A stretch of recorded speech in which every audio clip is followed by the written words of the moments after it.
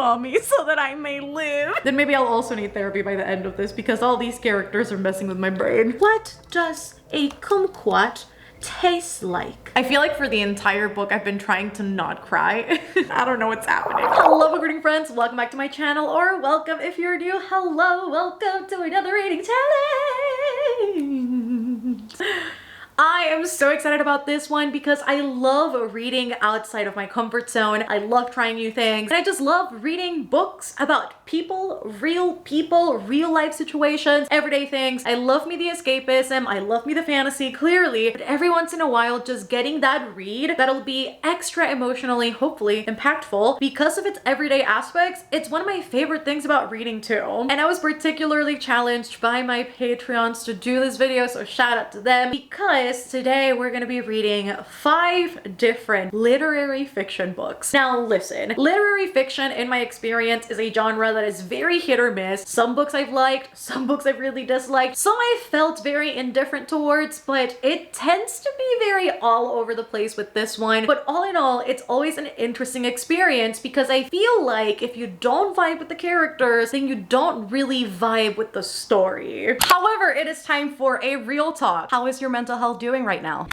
Because if the answer is, I don't know, then today's sponsor may just be able to help, and that is BetterHelp. If you guys are struggling with your mental health, let me tell you, you are not alone. I also struggle with my mental health between anxiety, everyday situations, and literally anything and everything in between. None of us are strangers to feeling overwhelmed on a daily. And to be honest, in the midst of doing everything that we do, it can be quite difficult to take care of your mental health. And I say that especially if you don't even know where to begin, because at first it can be quite scary towards even taking that first step for therapy. And that's why BetterHelp is so cool, and I love that we're partnering for this particular video because I feel it also fits with the genre that we're reading today. And it is essentially a customized online therapy that offers video, phone, and even live chat sessions with your therapist, so you don't have to see anyone on camera if you don't want to. There is a broad range of expertise in BetterHelp's 20,000 plus therapist network that gives you access to help that may not be available on your area. You just fill out a questionnaire to help assess your specific needs, and then you get matched with the therapist in under 48 hours. Then you schedule secure video and phone sessions, plus you can exchange unlimited messages, and everything you share is completely confidential. Cool thing is that you can literally change therapists at any time without an extra cost. So many people are using BetterHelp that they're currently recruiting new therapists in all 50 states. It's quite impressive actually. Join the 2 million plus people who have taken charge of their mental health with BetterHelp. You can get 10% off your first month at betterhelp.com/MelReads. That is betterhelp.com/MelReads. Literary fiction is a category of novels that emphasize style, character, and theme over plot. It also says that it doesn't fit neatly into any other category of books, into any other genre. It's like all vibe, no plot. It kind of falls into literary fiction. Now moving on to the TBR for today's video, I'm super excited. My Patreons also suggested these books, except for one, because the other one that I was supposed to read for this video was On Earth We're Briefly Gorgeous, and clearly I read that somewhere else. First, we have Convenience Store Woman. We've got a book that has gone super viral on TikTok, and that is My Year of Rest and Relaxation. If I Had Your Face. A book that people tend to say is one of the weirdest books they've ever read, MilkFed. I'm actually quite scared by this one. And last but not least, My Dark Vanessa. Now, if I had to take a guess as to which books I am going to enjoy the most and which ones I'm going to enjoy the least, I think this is where I kind of come down to. And the only reason why I'm doing a ranking before as a prediction is because I don't tend to read from this genre a lot. And I think more than any other video I've done in the past, this is very much experimental. And so I think it'll be fun to see this in comparison to the final ranking to see how the two differ from each other. So at the top, I will say I have My Dark Vanessa, and at the very bottom, I do have MilkFed. We'll see how wrong or how right I am. I think this will be very interesting. You know what? I think I'm going to start with the shortest book, Convenience Store Woman.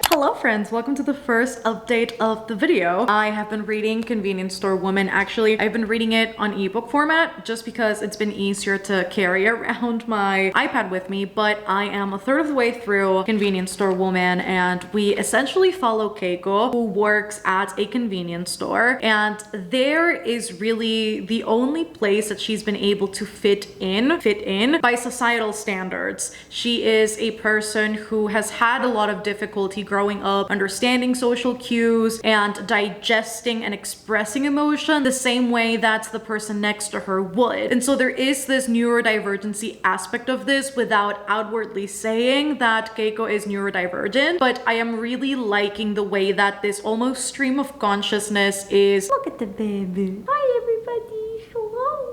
Hi everybody. Oh, you're so cute. And so yes, we have this really interesting story structure where it again seems very stream of consciousness like at times, and it shifts back and forth without any notice, which I am really liking, between present time, her working at the convenience store, interacting with her co-workers, interacting with the customers, and really just going about her routine, whilst also giving us these flashback moments of her childhood and several different instances that have made people react negatively towards her and the way that she acts, and also her family trying to figure out why she's behaving the way that she is. And so I am loving Keiko, and I think it's also really interesting that the sole basis of the book is about her being at the convenience store and going about everyday things. I like how mundane this feels, but also how it's just representative of a lot of people and how they have to go about life and how they process everyday things. I will say the only thing that I'm not necessarily loving is the dialogue. At times it feels overly simplistic, but everything else about this book I am absolutely loving. It's a really short, simple, but fun read all at the same time, and it's just really interesting to me as a reader. It's just really interesting to see, again, real people doing everyday things and just kind of, I guess, seeing the psyche behind these characters being displayed very, very strongly, to the point that I get to very clearly understand who they are as people. Just people. People are interesting. I love it. And so I feel for that reason, literary fiction is a genre that for me, I feel like I can vibe with it if only I read the right books. And so far we're doing really good. There also have been some quotes that I have highlighted because I loved. So the morning period is passing normally in the brightly lit box of the convenience store, I feel. Visible outside the windows, polished free of fingerprints, are the figures of people rushing by. It is the start of another day, the time when the world wakes up and the cogs of society begin to move. I am one of those cogs, going round and round. I have become a functioning part of the world, rotating in the time of day called morning. I also really liked this moment where she said, I had the feeling I was being told they wanted to settle the matter this way because that was the easiest option for them. And I just love how observant Keiko is as a character, because you can tell that she knows that what she is doing, replicating people's behaviors or people assuming things about her, is just appeasing society for them to quote unquote, and I've seen this in a lot of books with a lot of different characters, and I know people in real life do that too, to kind of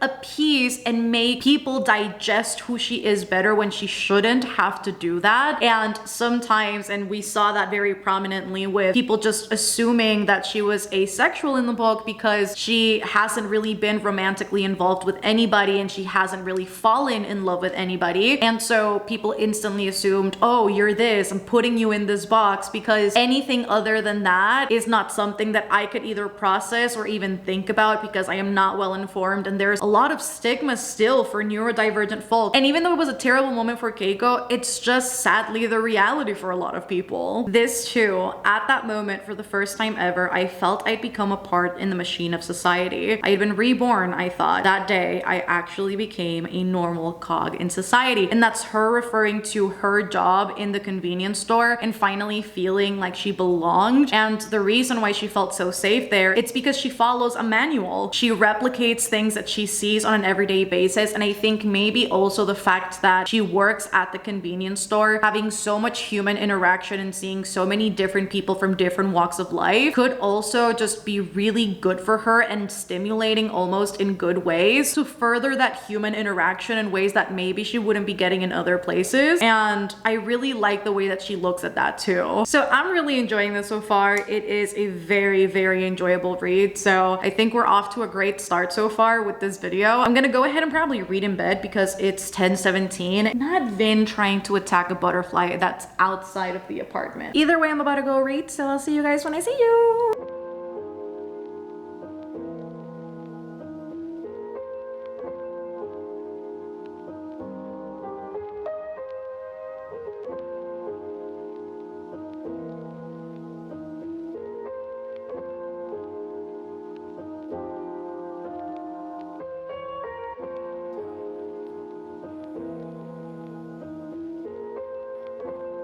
Friends, welcome to the very next day. I have updates for you and I have finished Convenience Store Woman. Hello. I think I am giving this 4 stars. I think it's like anywhere between a 3 and a 4, but I think I'm leaning closer to a 4 only because I've never read anything like this. And I think the ending, first of all, was like super wild and it almost kind of gave me thriller horror vibes without it being any of those things. But I absolutely loved reading from Keiko's perspective. I think it was super interesting and it is, again, unlike anything I've ever read. I love that it's short. I love that it did everything it set out to do and that we really got to understand way to view everyday life. It was just incredibly fascinating for me and she truly just does live for the convenience store and to do everything for the convenience store, and it was just, again, fascinating. And that being said, there was also like a whole portion of the book that I hated, not because it was bad, but just because of the character that was most prominently displayed. Shiraha. I absolutely hated his guts. The way that he started addressing societal expectations, which I mean, he's not wrong, like to an extent, you know, the commentary is great, but I just think the way that he phrased it was absolutely terrible. I wanted to punch this man in the face because every time he kept saying that women are meant to take care of the men and that women need to do this or men need to do that, and that stronger and more assertive people are together and then the weaker people are left together to rot. And just the way that he phrased it was just so infuriating for me, and just also the way that he was very clearly taking advantage of Keiko. It was just something that drove me nuts because I wanted somebody to help her snap out of it, somebody to just tell her, Keiko, this man is going to fuck you over, because not only has he treated everybody in his personal life terribly and he has been incredibly irresponsible, also he just wants to leech off of you because you sadly don't know better than that. And so it was so maddening to read, but I think all in all it was a great book. I really had fun with it and it was great. So I think a 4 star is kind of where I'm settling with this one. And now I'm going to start my second book for the video, which is going to be My Year of Rest and Relaxation. I am very interested to see how this one's gonna go down. I don't really know the ins and outs of what this is about beyond the fact that I know it's got strong themes for mental health, particularly I think depression. I'm not really sure because I don't read the synopses of the books that I read for videos, but I'm really curious to see how this is going to go down because it's a book that I believe has gone like super big on TikTok and that has been pretty hit or miss for the people. So we'll see how I feel about this one, but I think it's going to be an interesting journey too. And I'll come back when I've got updates for y'all. Okay, great.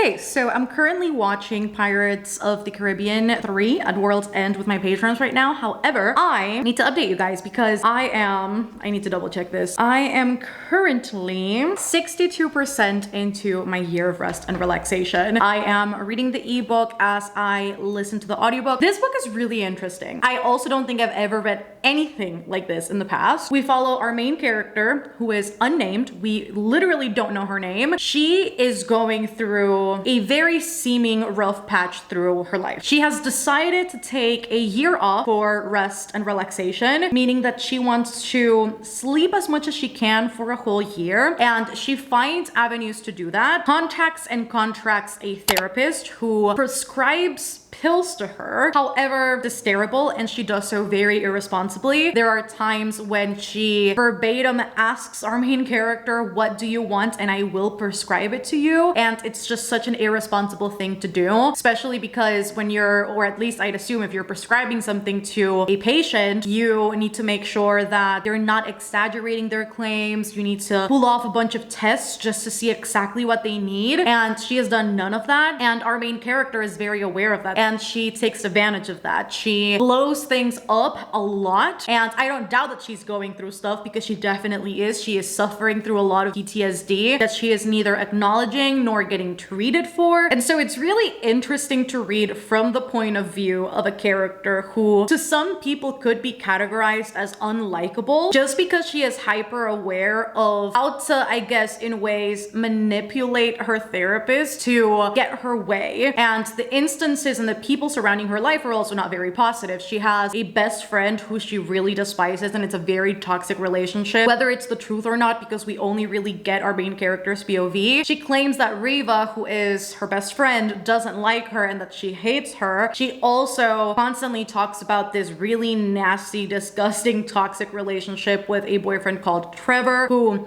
very clearly is just not it. I neither like her nor dislike her. I think at this point where I'm at in the book, this book is truly mostly just an exploration of depression and mental health. All in all, it's really interesting to see her outlook on life and how she kind of processes this mental state that she is in, and almost the denial that she has during this period, and where she doesn't, or isn't really concerned rather, with really figuring out what is happening in her life, what has caused her, if anything, or not, because it works differently for people, brought her to the state that she's currently in, and just working out trauma that she has faced in the past. Truth is, her childhood was not very good. Her mom was all over the place with drinking and substance abuse, and not really being on top of the things that she needed to be on top of as a mother, and really neglecting her child, and also putting on a lot of pressure where pressure did not need to be put. And so you can kind of see where she comes from and why she is almost so cynical too towards the world, and why she's such a skeptic, and why she is kind of a loner of sorts. And so in ways you can definitely understand her as a character, and in ways, again, she is not necessarily likable. Does that mean that the book is unlikable for that reason? No, I'm actually really enjoying it, and the audiobook is just a really great way to consume this, because I feel, because it's such a passive narrative, it almost makes it easier to digest if it's being narrated to you, because sometimes the way that the main character is phrasing things or narrating the things that she's gone through, sometimes it's not necessarily too interesting, or it's not pleasant to read, but the audiobook definitely makes it better. I also really loved this moment in page 55, because I often find myself doing it. I didn't even know Oprah had said this, but there's a passage in the book where she's talking to Riva, and I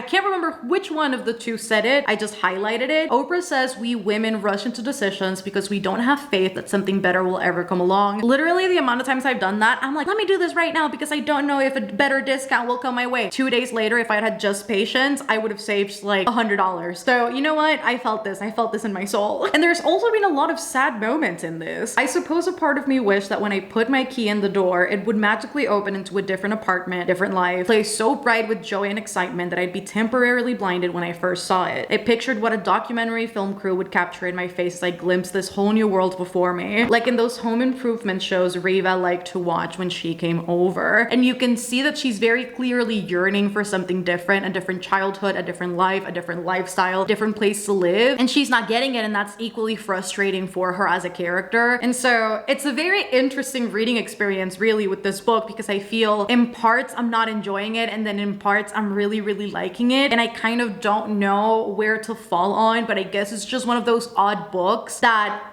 you're like, what am I reading and why am I liking it? That's kind of the reading experience that I'm getting so far. And this too, watching her take what was deep and real and painful and ruin it by expressing it with such trite precision gave me reason to think Reva was an idiot, and therefore I could discount her pain, and with it, mine. Reva was like the pills I took. They turned everything, even hatred, even love, into fluff I could bat away. And that was exactly what I wanted. My emotions passing like headlights that shine softly through a window, sweep past me, illuminate something vaguely familiar, then fade and leave me in the dark again. And I think that paragraph in particular is so perfect, and it truly allows you to understand why she does the things that she does. And it's almost avoidance in ways that she doesn't want to come to terms or deal with the pain that she's experienced with the past, because there is the burden of the pain of the present and just how depression has developed in her life and how it has manifested itself into her everyday life. And I think this book is so good because all in all, between everything that she does, you've got those little moments that truly allow you to emotionally understand her as a character. And so I like the complexity of the book because it's very easy to look at the unlikable parts of her. And I think that's the beauty of this book, because when you look at somebody who's experiencing anything within the realm of mental health, it's very easy to look at all of the negative parts of it. She doesn't shower, or she is so aggressive, or she lies so much, or she does this or she does that. But at the end of the day, that is not representative of who they are as a person, just what they're going through. And so I feel this book is kind of the same way. You kind of see this picture and you see this curtain, but when you peel that back and you really look at who the main character is, it is a person riddled with pain and hurt, and somebody who has not been able to deal with that in healthy ways. And so I think in that regard, the book is really, really good. I'm gonna go and finish Pirates and then keep reading it because I don't have a lot to go, and then we'll pick our next book, keep on going, and see where this video takes us.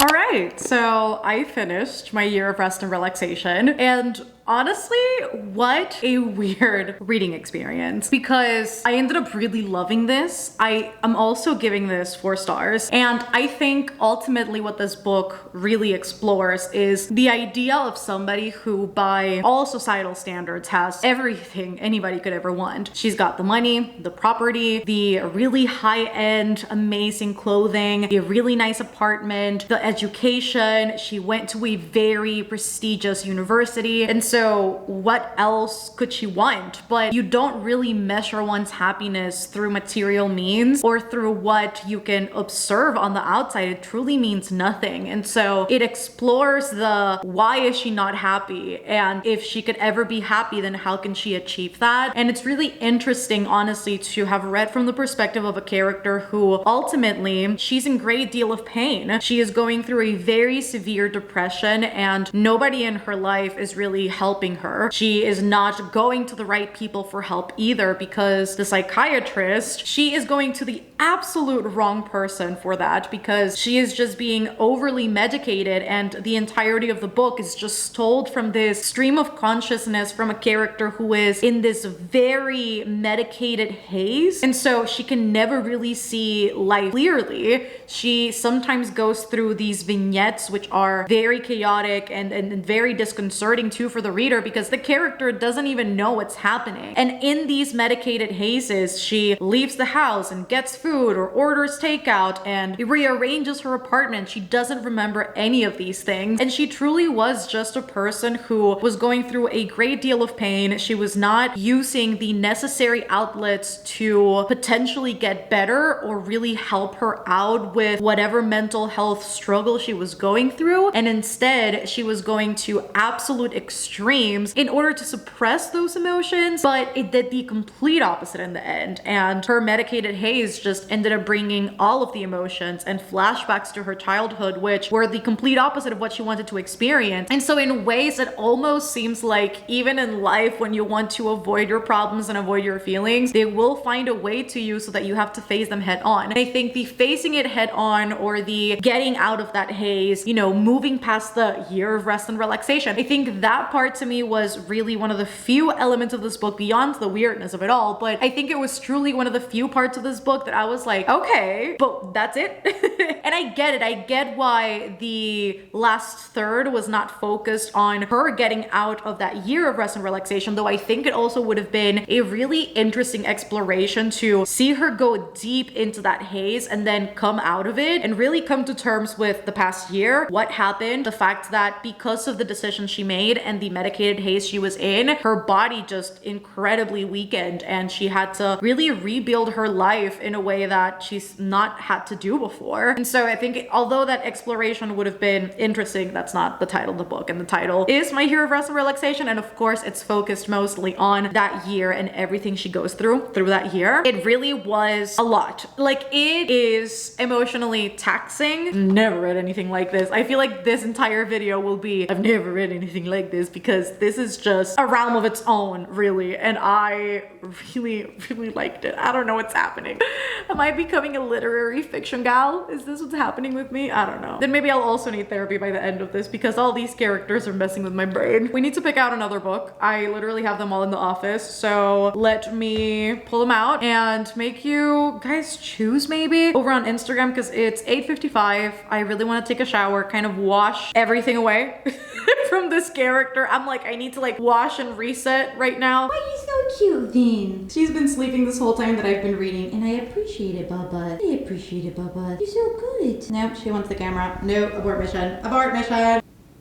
All right, great. We have a picture of the books and I'm gonna make you guys choose. Pull this up and we're just gonna let this simmer while I get everything else done and we'll see what wins. All right, you guys, it looks like my Dark Vanessa has won the poll. So this is what I'm going to be starting today and I'm excited. So let's get onto my Dark Vanessa.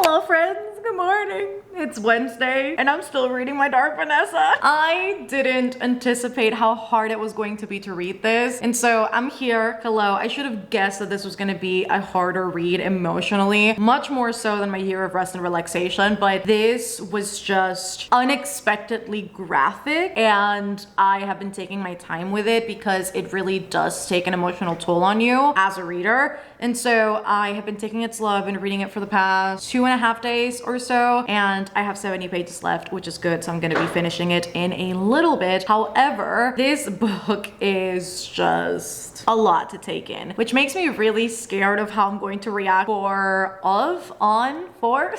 A Little Life. This description, the synopsis for this book is literally perfect. It really is at its core an exploration of the psychological dynamics between a high school student named Vanessa Y, who got into this really complicated relationship with her English teacher, Jacob Strain, who at the time was 42 years old. And I say enter this complicated relationship because there is a lot of nuance to the way that this happens in this book. However, what I like about this book structurally is the fact that you've got these alternating timelines where you get to observe Vanessa at the present time in the book, which is 2017, at the rise of the Me Too movement and women coming forth with their stories and really calling out the abusers and really calling out the people who have wronged them in the past. And in this timeline, we particularly see how another student of Jacob Strain's, Taylor Birch, came up and accused him of sexually assaulting her when she was in high school, when she was also his student, and her and other people trying to reach out to Vanessa for her to tell her own story regarding Jacob Strain. And then we go back in time to 2000, and it doesn't only stay in the year 2000, but it progresses as Vanessa grows grows up and she is 15, goes into college, decides what to do in college, after college, and what her life path is going to be. But really the starting point of us seeing her at 15 is her entering Bowick,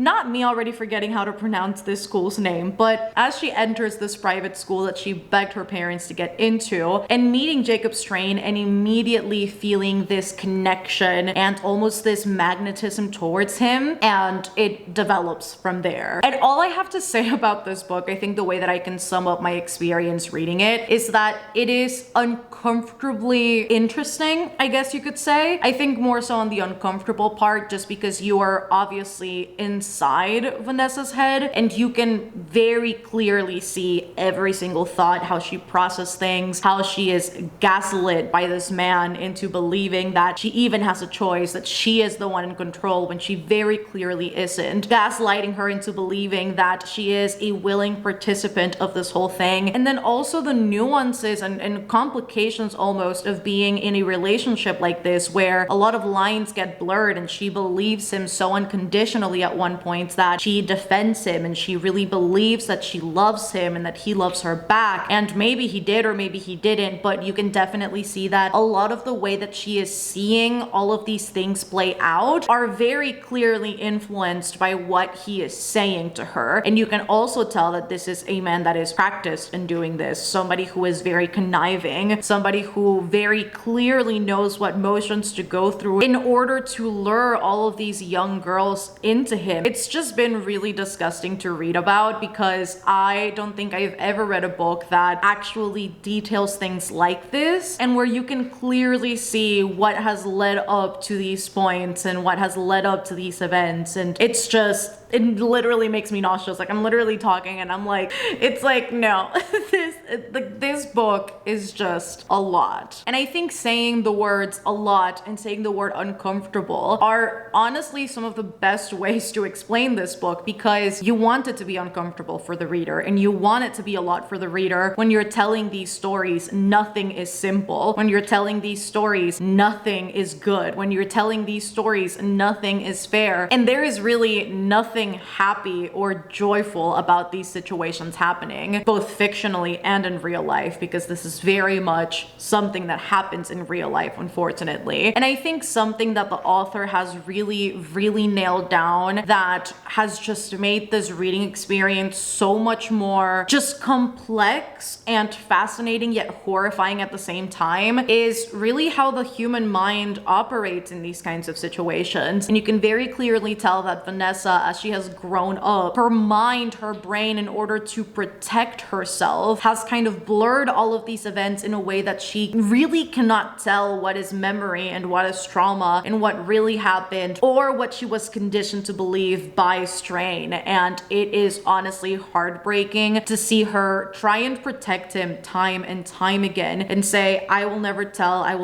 my story, I will always protect him, I love him and he loves me back. And it's just, I think it's been so difficult to read, mostly for that reason, beside the obvious uncomfortability of just reading the graphic depictions of this man doing everything that he did to her. But I think mostly it's been that, it's been her really being in this state of almost denial and self-protection in ways, in order to not bring up uncomfortable feelings that she was very clearly feeling even when she was with him. Another sad thing about this book is just how, as she grew up, she maintained similar relationships to this with older men who very clearly were coming on to her for very wrong reasons. Even when she was younger, she always kind of found herself seeking out the attention of teachers and older men and really figuring out how she could lure them in. And it really all came down to how she was conditioned by Strain, really. I think a lot of what went down in her later years really is all just tied to the way that he talked to her, in the way that he literally wove himself into her life so strongly, to the point where even you can see her contemplating at times, this is not what I would do, but I am responding the way that Strain would. And that is just a testament to all also how these things work sometimes, where people are haunted for a really long time about these experiences, and how sometimes it's also really, really hard to separate who you are from who they are and all the things that they told you, because again, they have ingrained themselves so strongly into your life that it almost feels as if they'll always be a part of you, and it is just heartbreaking. It's just honestly soul shattering. It's hard. I feel like for the entire book I've been trying to not cry and now I'm here and I'm just talking about it. Y'all, this book is a lot. This book is a lot. I can't wait for therapy today at 8:30 p.m. because I'm gonna need it. Anyway, let me go and finish this. I need to finish this. I have like how much left of the audiobook? Like an hour and a half? I don't know. Just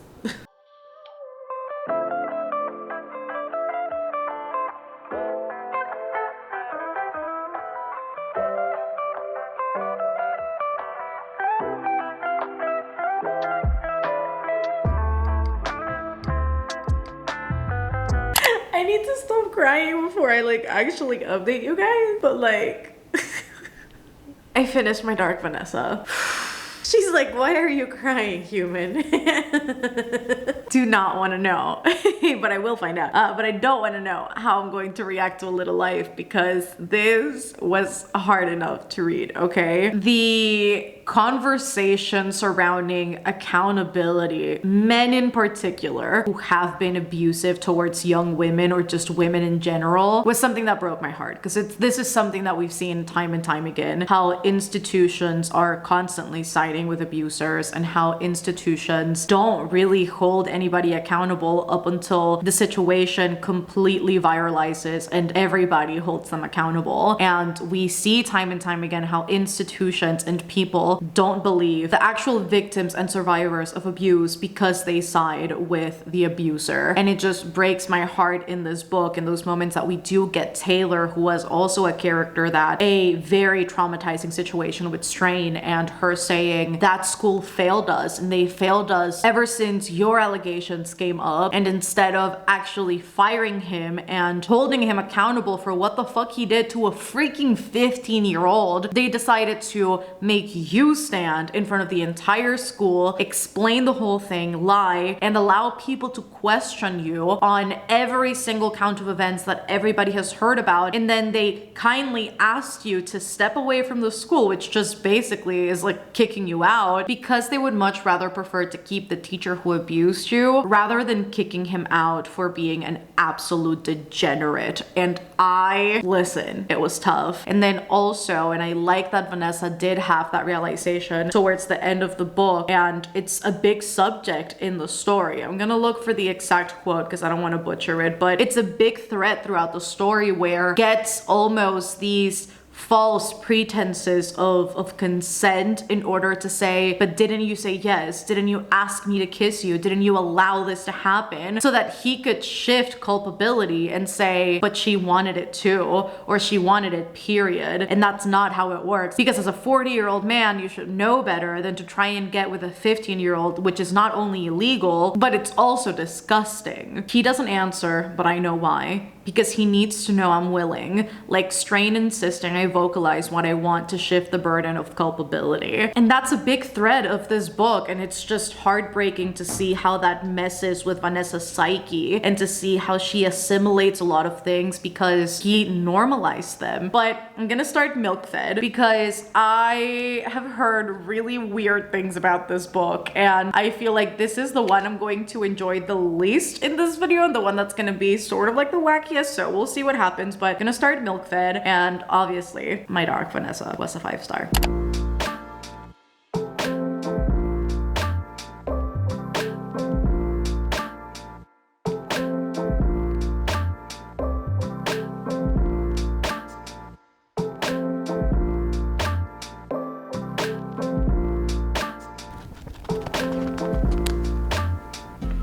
Listen, I'm like 4% into Milk Fed, and I think this is like my worst nightmare into a book. This girl has been talking for 4%, which I mean is only like 5 pages, but 4% about food and calories and why she doesn't eat sauces. And I think this is my nightmare personified, and I hope it gets better. Oh, what is this book? What is happening? happening?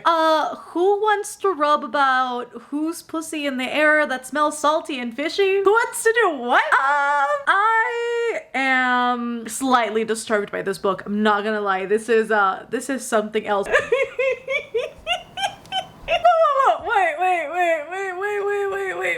Wait. This girl is masturbating at the thought of this other girl. And she's saying that the other girl thinks of her as a daughter. How would you jack off to that? I have so many questions.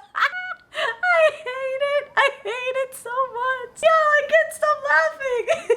This girl really said, so it was confirmed. Mommy wanted me. She was seducing me and she didn't even seem the least bit ashamed. I continued to rub myself frantically, imagining what would come next. I replayed that first sun kiss again and again. Then she let her tits dangle over my face. I suckled on each one thinking, feed me, mommy, so that I may live. She goes on this tangent that her mother never breastfed her, but I'm very confused. What am I reading?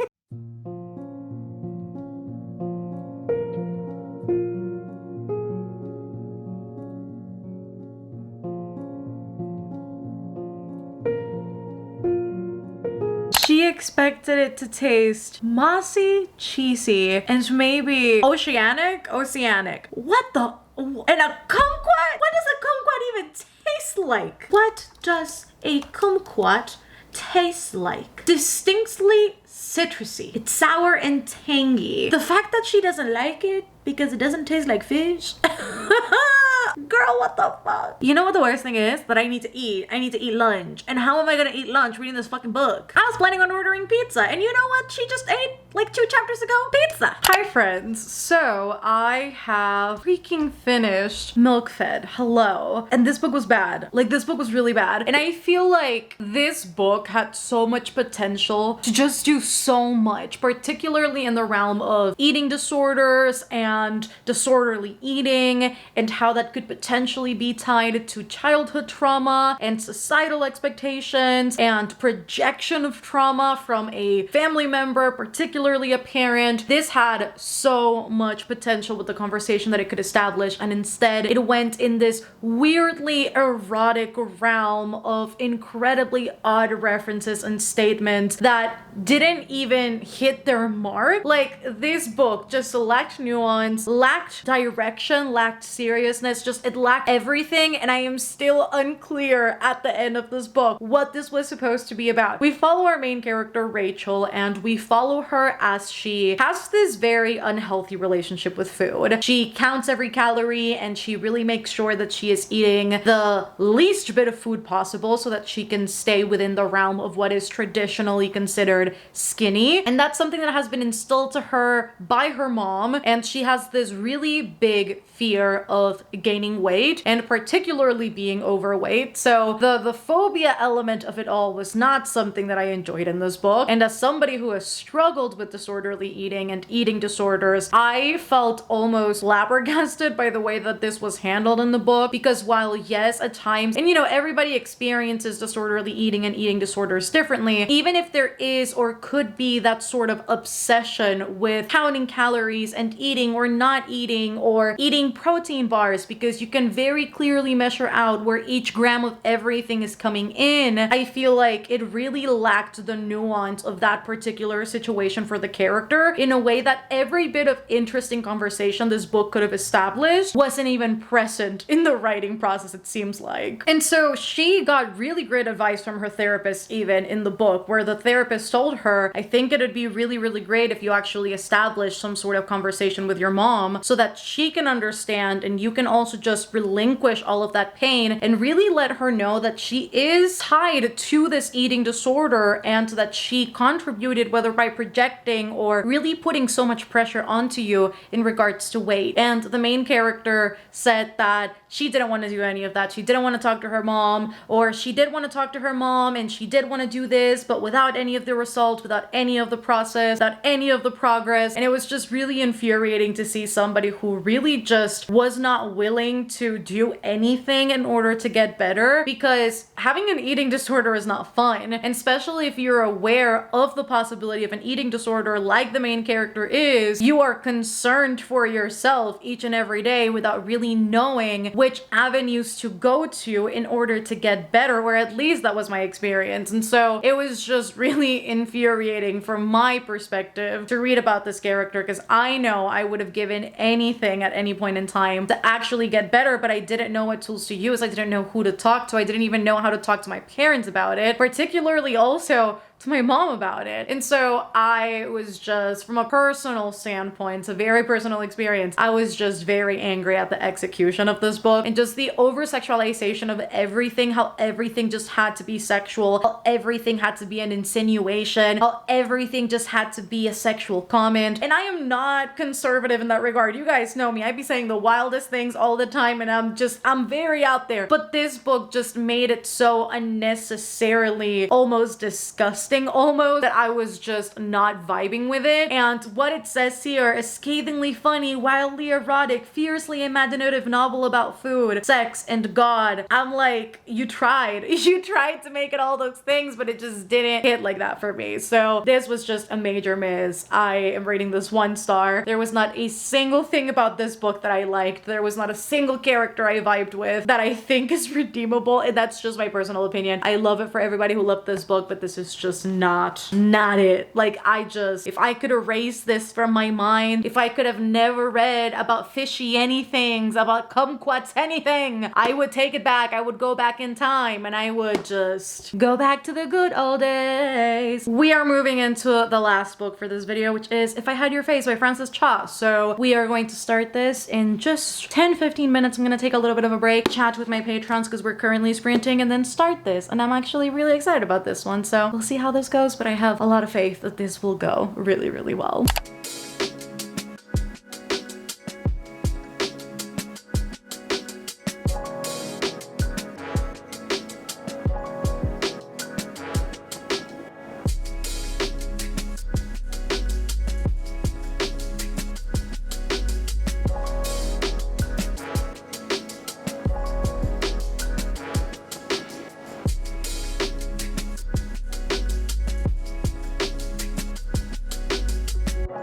We've reached the end of the video, friends. Hello. Hi. So, I have finished If I Had Your Face by Frances Cha, and I am torn, okay? Not that it's a bad book, because it's not. It's actually a really good book. I'm just torn on whether I want to rate this a 3 or a 4 star, just because I feel like A, this book could have been longer, and using those extra pages, or even in the page count that we currently have, I really wish we would have gotten a better resolution for the characters and just a little bit of a better wrap up overall, because it kind of felt rushed and the ending was just a bit anticlimactic for me, I guess you could say, because I wish it would have had more time to develop and more time to be established as like the end all be all of the entire story. This is one addicting read, and so that's why I'm torn, because I feel even though it's obviously very slow and even though it's obviously very character driven and it's mostly an exploration of all of these characters and then also some things that I'll get into in a little bit, it is just magnetizing. Like, you start this book and you really don't want to stop, and you really just want to be engrossed on the pages up until you're done with it, because the author really accomplished what she set out to do. And honestly, in terms of conversations about beauty standards, about misogyny, about the societal standards for women, this really just did its thing. Like, this really hit. Also, do y'all want to see Vin make biscuits? Hold up. Look at the baby making biscuits. You making biscuits, Baba?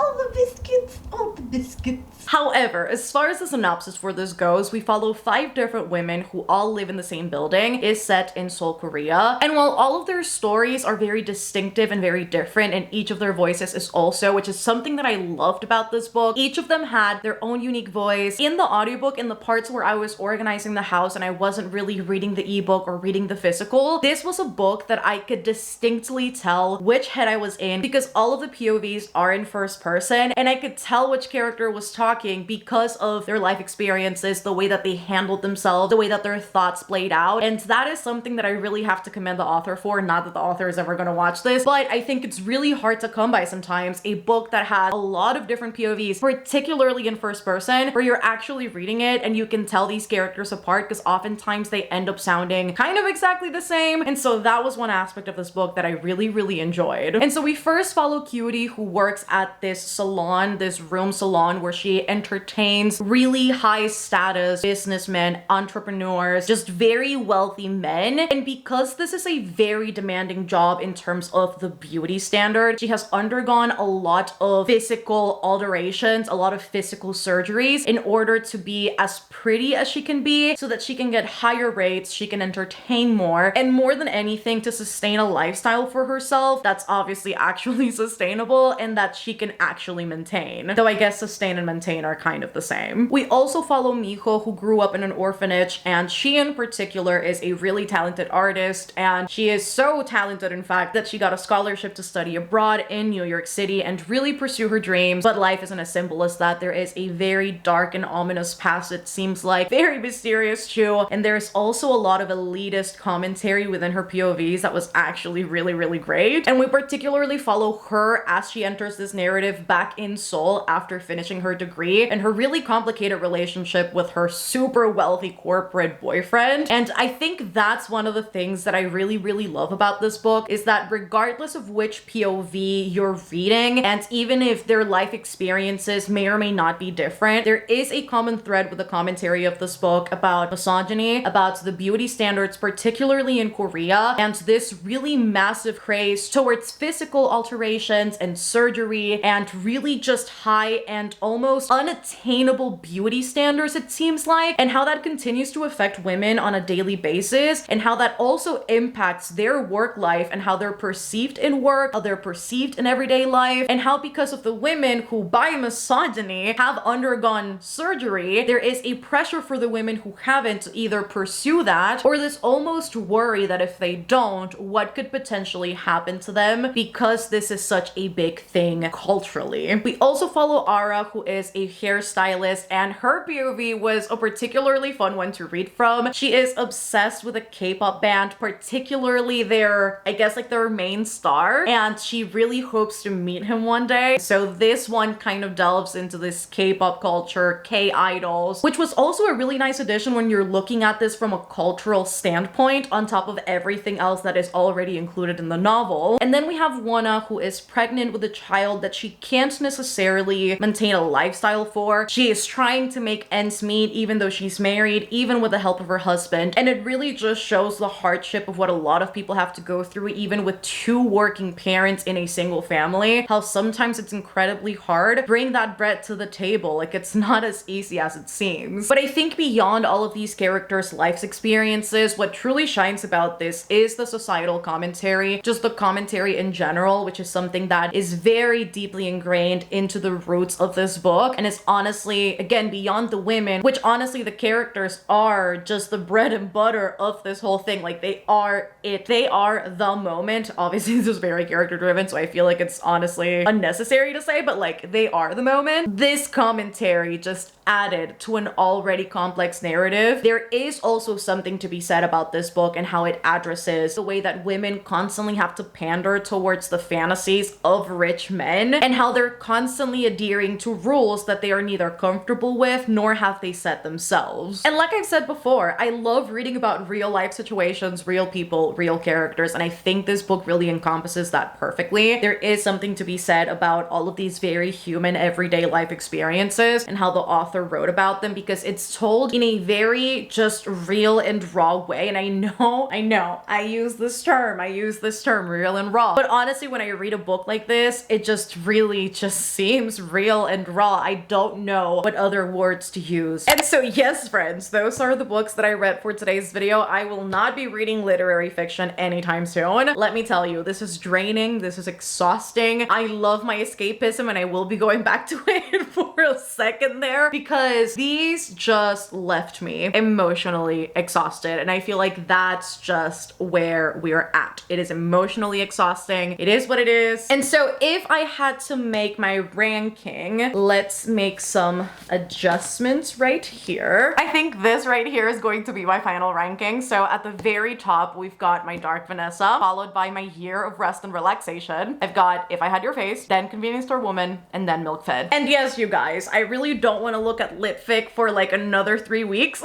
This was good while it lasted, but like it doesn't need to be read again in a while. And I think what I take away from this video is that litfic is fun, but not to read in bulk. Because if I'm reading literary fiction in the midst of everything else I'm reading, you know, be it a romance or a sci-fi, a fantasy, a middle grade, a contemporary, it's a lot more doable. But when read back to back like this and just reading about really heartbreaking situations that are just very, very real, it just is draining. And yes, that is it for today, friends. I hope that you guys enjoyed this video. If you did, don't forget to give it a massive thumbs up down below. Make sure to sound off in the comments. Have you read any of these books? What have you thought of them? Are there any other literary fiction books that you guys have read and absolutely adored? Let a girl know down in the comments. And if you reach the very end of the video, let's leave a crying face emoji. Don't forget to subscribe down below if you haven't done so already. I'm constantly uploading videos that I'm sure you do not want to miss. And if you want more content from me, yours truly, Sprint,